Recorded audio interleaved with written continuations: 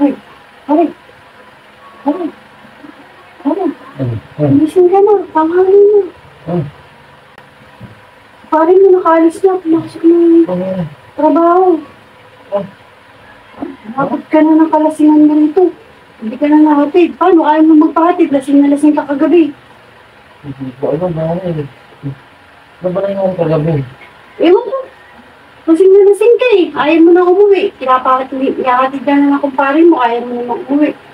Diyan ka na lang pinatulog. Ha? Ito din ba? Pasok pa naman kami sa ano ngayon. Kaya nga eh, nandun lang si pare mo. Doon na lang daw kayo magkita sa opisina. Dahil ba kami nainom na gabi? Naku, ang dami-dami. Dalawang case yata kayo ng Red Doors. Ha? Ang dami. Naiinom pa ako nga rin. Ano ba?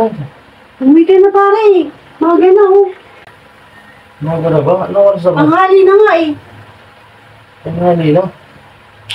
Ano ba yan? Anong yun ito? Eh, malilita ako nito. Umuwi ka na at maligo ka na para mahimasmasang ka. Kasi, umuwi pa ako. Lalo akong maliligo. Kung ka pa pwede ko lang naman akong maligo, okay lang. Di ba yan pare? Hindi na. Kasi, umuwi pa ako doon, traffic pa doon sa amin. Medyo malayo-layo din mula sa office hanggang sa bahay. Umuwi ka na pare, magbibihis ako.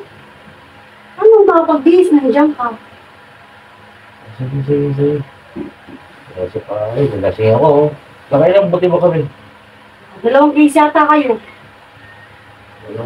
Dalawa na kami naginom, no? Oo. Lakas yun. Sige. Pwede paingin mo lang, ha? O sige na, tumayo ka na dyan. Makapag-bihis na ako.